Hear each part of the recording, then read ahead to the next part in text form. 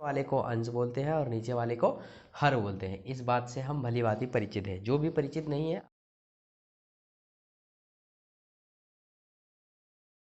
ऊपर वाला button all पे क्लिक कर दीजिए। मिलते हैं अगले वीडियो में, तब तक के लिए जय हिंद, जय भारत।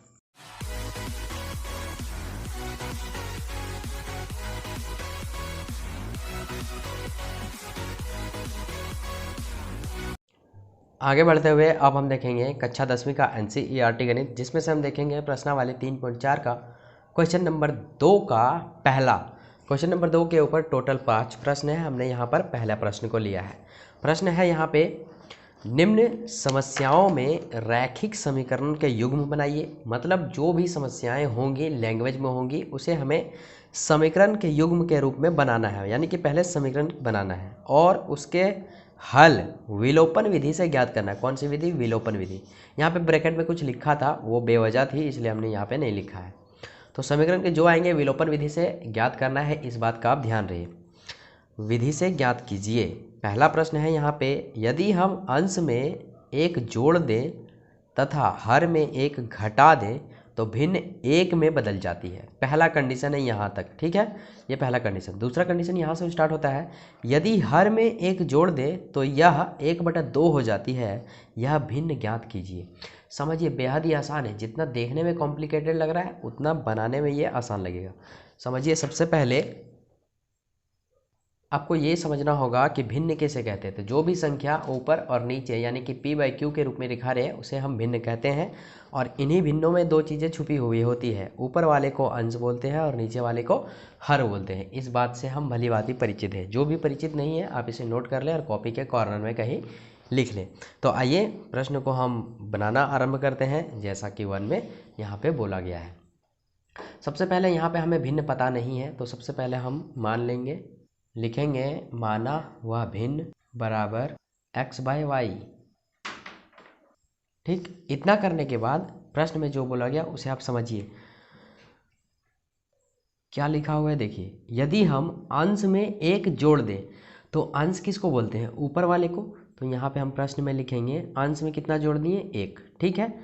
तथा हर में एक घटा दें, तो यहाँ पे ये y हो गया हर, इसमें कितना घटा देंगे? 1 घटा दें तो भिन्न एक में बदल जाती है। किस में बदल जाती है? 1 में। मतलब बराबर में हमें यहाँ पे 1 लिखने हैं, बदल जाती है, यहाँ पे पूर्ण विराम है। अब यहाँ से ये फर्स्ट कंडीशन हुआ ख़त्म। तो फर्स्ट कंडीशन जो भी आए हमारे पास उसे सबसे पहले हम समीकरण के रूप में बदल लेंगे। ठीक, समीकरण के रूप में बदलने के खातिर आप सबसे पहले यहाँ पे कुछ नहीं है, मतलब क्या लगाएंगे? 1 लगाएंगे। अब यहाँ पे इसे क्रॉस मल्टीपल करवा देंगे, इसको इससे और इसको इससे। तो x+1 को 1 से गुना करेंगे तो कितना हो जाएगा? x+1 का 1 ही बराबर y-1 को गुना करेंगे 1 से तो y-1 ही रहेगा। ठीक है। अब देखिए, जात जात को एक तरफ कर दीजिए और बिना जात वाला को एक तरफ कर दीजिए। कहने का मतलब ये है x और ये है y, तो ये एक जात का है। हम इसे इधर ले आएंगे तो माइनस हो जाएगा, बराबर यहाँ पे -1, और ये जो प्लस का 1 है ये बराबर के इधर आ जाएगा, तो ये भी माइनस में हो जाएगा। अगला स्टेप में अगर हम देखेंगे तो यहाँ पे x - y बराबर, चूँकि दोनों माइनस में है इसलिए ये हो जाएगा क्या? -2। अब चूँकि ये एक सिद्ध में आ चुका है इसलिए हम इसे समीकरण 2 मान लेंगे, नहीं समीकरण 1 मान लेंगे। तो यहाँ से हमारा समीकरण 1 निकल चुका है। अब सेकेंड वाली कंडीशन से हम समीकरण 2 निकालेंगे। सेकेंड कंडीशन क्या है वो हम समझ लेते हैं। तो देखिए यहाँ पे क्या है, यदि हर में एक जोड़ दें तो यह 1/2 हो जाती है, भिन्न ज्ञात कीजिए। इसमें सिर्फ हर में ही एक जोड़ना है तो समीकरण क्या हो जाता है? 1/2 में बदल जाता है। तो यहाँ पे हम लिखेंगे पुनः। अब चूंकि सेकेंड कंडीशन में सिर्फ हर में एक जोड़ने के लिए बोल रहा है तो यहाँ नीचे हर है, हम एक जोड़ दिए हैं, तो समीकरण कितने में हो जाती है? 1/2 में हो जाती है ये समीकरण। अब हम इसे हल्के से हल कर लेंगे। हाँ देखिए, इसको हम इससे मल्टीपल कराएंगे तो हो जाएगा ये 2x बराबर y+1। अब जात वाले को हम एक तरफ कर लेंगे तो यहाँ पे 2x का 2x -y बराबर 1, तो 2x - y बराबर 1, ये निकल गया समीकरण 2। बात समझ में आई। अब चूंकि 1 और 2 निकल चुका है इसीलिए हमें अब कोई दिक्कत वाली बात नहीं है। और क्वेश्चन में साफ साफ बोल दिया है कि समीकरण को विलोपन विधि से ज्ञात करना है। कौन सी विधि से? विलोपन विधि से। बात समझ में आई। इसीलिए हम यहाँ पे लिखेंगे समीकरण 1 एवं समीकरण 2 से। समीकरण 1 है x माइनस वाई बराबर -2 और समीकरण 2 है 2x माइनस वाई बराबर 1। अब चूंकि यहाँ पे देखिए y और y सेम चीज़ें हैं इसलिए आपस में किसी चीज़ से किसी को गुना करने की ज़रूरत नहीं है। यहाँ पे सिर्फ साइन बदलेंगे और हमारा काम तमाम। तो यहाँ पे देख लीजिए प्लस है माइनस हो जाएगा, माइनस है प्लस हो जाएगा, यहाँ पे प्लस है तो माइनस हो जाएगा। अब चूंकि ये कर लिए हैं उसके बाद यहाँ पे हम एक लाइन ड्रॉ करेंगे। इसके बाद जो भी कटने का रहेगा उसे हम काट देंगे। तो यहाँ पे चूंकि साइन बदल चुका है इसलिए इसका वैल्यू नहीं रहेगा, वैल्यू रहेगा इसका। यहाँ पे माइनस, यहाँ पे प्लस, ये आपस में कट जाएंगे और 1x में 2x चला जाएगा इसलिए x बचेगा, वो भी किस में? माइनस में। अब चूंकि यहाँ भी माइनस और यहाँ भी माइनस इसलिए हो जाएगा ये -3। चूँकि बराबर के दोनों साइड माइनस है इसलिए ये आपस में कट जाएंगे और x का जो मान आएगा वो आएगा कितना? 3। अब चूंकि x के मान निकल चुके हैं इसलिए हम y के भी मान इजीली इस रूप से निकाल लेंगे। तो y का मान निकालने के लिए x का मान समीकरण 1 में हम रख देंगे। तो यहाँ पे हम लिखेंगे समीकरण 1 में x का मान रखने पर समीकरण 1 है x माइनस वाई बराबर -2। जहाँ भी आपको x नज़र आ रहे हैं वहाँ पे हम 3 रखेंगे क्योंकि x का मान 3 है। तो यहाँ पे माइनस वाई बराबर -2 माइनस वाई बराबर ये जो आपको 3 दिखाई दे रहा है ये है प्लस में, बराबर के इधर आएगा तो हो जाएगा किस में? माइनस में। तो यहाँ -3 लिखेंगे। माइनस वाई बराबर हम लिखेंगे यहाँ पे -2 और -3 कितने हो जाएंगे? -5 हो जाएंगे। अब चूँकि ये और ये आपस में कट जाएंगे चूँकि दोनों तरफ माइनस है और y बराबर फाइनल रूप से कितने आ जाएंगे? 5 आ जाएंगे। अब चूँकि y के भी मान निकल चुके हैं मतलब हमारा भिन्न निकल चुका है तो यहाँ पे हम लिखेंगे अतः वह भिन्न बराबर x बटा y और x का मान कितना है? 3 और y का मान कितना है? 5। तो मूल रूप से यही हो जाएगा हमारा आंसर। तो ये हो गया फर्स्ट का हल। अब हम चलते हैं इसी के सेकेंड वाले प्रश्न के ऊपर इसी वीडियो में।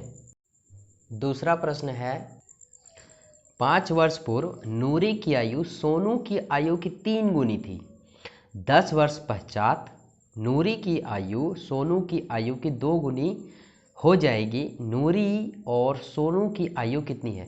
देखिए इस टाइप के सवाल जो भी होते हैं ना उसमें 2 कंडीशन छुपे होते हैं। पहले कंडीशन से समीकरण 1 और दूसरे कंडीशन से समीकरण 2 निकलेंगे। समझिए पहला कंडीशन क्या होता है और दूसरा कंडीशन क्या होता है। सबसे पहले समझो 5 वर्ष पहले नूरी की आयु सोनू की आयु की 3 गुनी थी। यहाँ तक हो गया पहला कंडीशन। ठीक है, ये हो गया पहला कंडीशन। तो सबसे पहले इस पहले कंडीशन को समझ लेते हैं उसके बाद हम आगे बढ़ेंगे। ठीक, तो सबसे पहले नूरी और सोनू की आयु अभी कितनी है वो तो हमें नहीं पता है।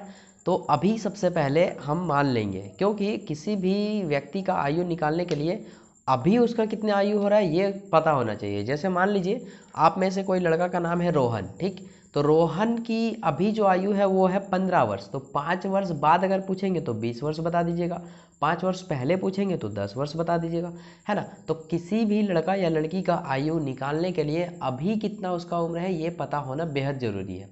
यहाँ पे हम मानेंगे, माना नूरी की वर्तमान आयु x वर्ष तथा सोनू की वर्तमान आयु y वर्ष।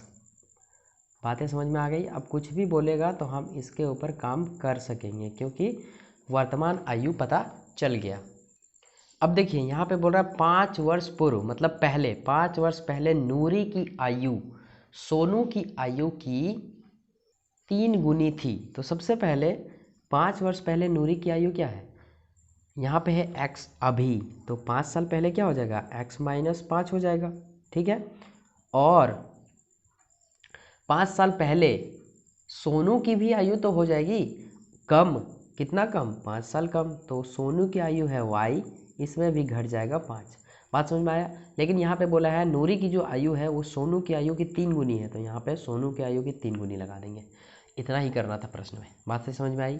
अब हम क्या करेंगे, इसे हल कर देंगे। एक बार और समझिए, 5 साल पहले नूरी की आयु तो x माइनस 5 हो गया। अब चूंकि 5 साल पहले इसका है x-5, तो इसका भी तो घटा होगा y-5। अब बोला है 5 साल पहले नूरी की जो आयु है वो सोनू की आयु की 3 गुनी है, तो यहाँ सोनू की आयु में हम 3 गुना कर दिए। एक बात का आप ध्यान रहे, जिसके ऊपर बोले जिसका गुना बोले उसी के ऊपर आप गुना कर देना।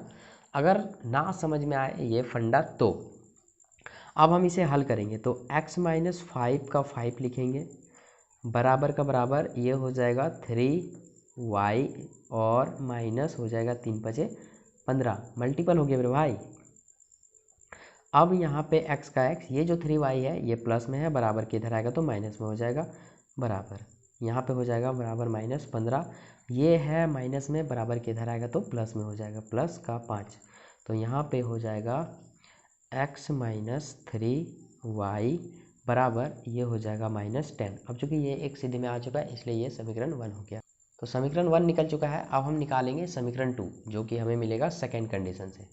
सेकेंड कंडीशन है 10 वर्ष बाद, कितने वर्ष बाद? 10 वर्ष बाद नूरी की आयु सोनू की आयु की 2 गुनी हो जाएगी। तो सबसे पहले अभी जितना आयु होगा उसमें 10 साल जोड़ देंगे। हाँ, समझ आ रहा है कि नहीं आ रहा है? 10 वर्ष बाद, तो अभी है नूरी की आयु x, 10 साल के बाद कितना हो जाएगा? 10 जोड़ देंगे। और सोनू की भी आयु तो 10 साल के बाद y+10 हो जाएगा। अब प्रश्न में बोला है सेकेंड कंडीशन में कि कितनी गुनी हो जाएगी? सोनू की आयु की 2 गुनी हो जाएगी। किसकी आयु? नूरी की आयु। तो ये निकल गया समीकरण 2 वाला फंडा। अब यहाँ पर हम इसको क्या करेंगे? हल कर देंगे। तो ये x+10 का x+10 बराबर ये गुणा होगा 2y हो जाएगा प्लस और 2 दहे कितना हो जाएगा? 20। यहाँ पे x-2y ये जो है इधर आ गया और ये इधर जाएगा, तो यहाँ पे हो जाएगा कितना? 20 - 10, ये प्लस में है, बराबर किधर आएगा तो माइनस में हो जाएगा। x-2y बराबर कितने हो जाएंगे? 10। तो ये निकल गया क्या? समीकरण 2। अब चूंकि समीकरण 1 और 2 निकल चुका है, अब हमें इसे विलोपन विधि से, सिंपल विधि से हल कर देना है। और सबसे आसान विधि विलोपन विधि होती है। तो विलोपन विधि को हल करने के लिए हम यहाँ पे लिखेंगे समीकरण 1 एवं 2। समीकरण 1 है x-3y बराबर -10 और समीकरण 2 है x-2y बराबर 10। अब देखिए यहाँ पे क्या होता है ना, विलोपन विधि है ये। तो विलोपन विधि में हमें x या फिर y के मान को बराबर करना होता है। तो यहाँ पे x जो है सो पहले से बराबर है, इसीलिए इसमें हमें बराबर करने की कोई भी आवश्यकता नहीं है। अब सिंपल वे में हम यहीं पे इसे कटवा सकते हैं। जैसे समझिए यहाँ पे क्या है, साइन जो है सो अलग है, ये है प्लस में, ये भी है प्लस में, तो इसे सबसे पहले हमें माइनस में करना होगा। तो यहाँ पे सिंपल वे में हम इसे माइनस में कर देंगे। प्लस में था माइनस में हो गया, यहाँ माइनस में है प्लस में हो गया, और यहाँ पे क्या है प्लस में है तो माइनस हो गया। ठीक है, अब साइन चेंज करने के बाद हम एक यहाँ पे लाइन ड्रॉ करेंगे। लाइन ड्रॉ करने के बाद जो कटेंगे वो काट देंगे। तो यहाँ प्लस का x और माइनस का x ये कट जाएंगे। अब यहाँ पे 3y में 2y चला जाएगा तो बचेगा 1y, और ये जो 1y बचेगा वो माइनस में बचेगा, क्योंकि यहाँ जो चिन्ह है वो बड़ा है, बराबर यहाँ पे -10 और -10 कितने हो जाएंगे? -20। ये माइनस से ये माइनस क्या हो जाएंगे? कैंसिल हो जाएंगे। और फाइनली y का जो मान आएगा वो 20 आएगा। अब चूंकि y का मान निकल चुका है इसलिए x का भी मान निकलते देर नहीं लगेगी। तो हम यहाँ पे y का मान समीकरण 1 में बिठा देंगे, जिसके लिए हमें लिखना होगा समीकरण 1 में y का मान रखने पर, समीकरण 1 है x-3y बराबर -10। जहाँ भी आपको y दिखाई दे वहाँ पे आप y का मान बिठाएंगे। 3 × y का मान 20 है तो 20 बिठा देंगे, ये हो गया -10। x माइनस ये 3 से गुना होगा, 3 दूनी 6 यानी कि 60 हो जाएगा। बराबर में यहाँ पे हम 10 का 10 लिखेंगे। x बराबर -10, ये जो 60 आपको दिखाई दे रहा है ये है माइनस में, बराबर के इधर आएगा तो हो जाएगा किसमें? प्लस में, तो यहाँ पे 60 लिखेंगे। अब चूँकि माइनस का 10 और प्लस का 60 ये हो जाएंगे कितने? पूरे 50। अब यहाँ पे y के मान तो निकल गए थे पहले और यहाँ निकल गए x के मान। चूँकि दोनों के मान निकल चुके हैं इसलिए हम यहाँ पे लिखेंगे अतः नूरी की वर्तमान आयु x बराबर कितने वर्ष? 50 वर्ष। एक आंसर ये हुआ। और दूसरा, सोनू की वर्तमान आयु y बराबर 20 वर्ष। तो यही हो गए हैं आंसर। आप इसे नोट भी कर सकते हैं या फिर इसका डिस्क्रिप्शन में लिंक मिल जाएगा, PDF आप वहाँ से डाउनलोड कर सकते हैं। तो चैनल पे नए हैं तो सब्सक्राइब कर दीजिए और एक लाइक कर दीजिए, दोस्तों के साथ शेयर कर दीजिए। सब्सक्राइब करने का नियम ये है कि लाल को आप काला कर दीजिए और बेल आइकन वाले सबसे ऊपर वाला बटन ऑल पे क्लिक कर दीजिए। मिलते हैं अगले वीडियो में, तब तक के लिए जय हिंद जय भारत।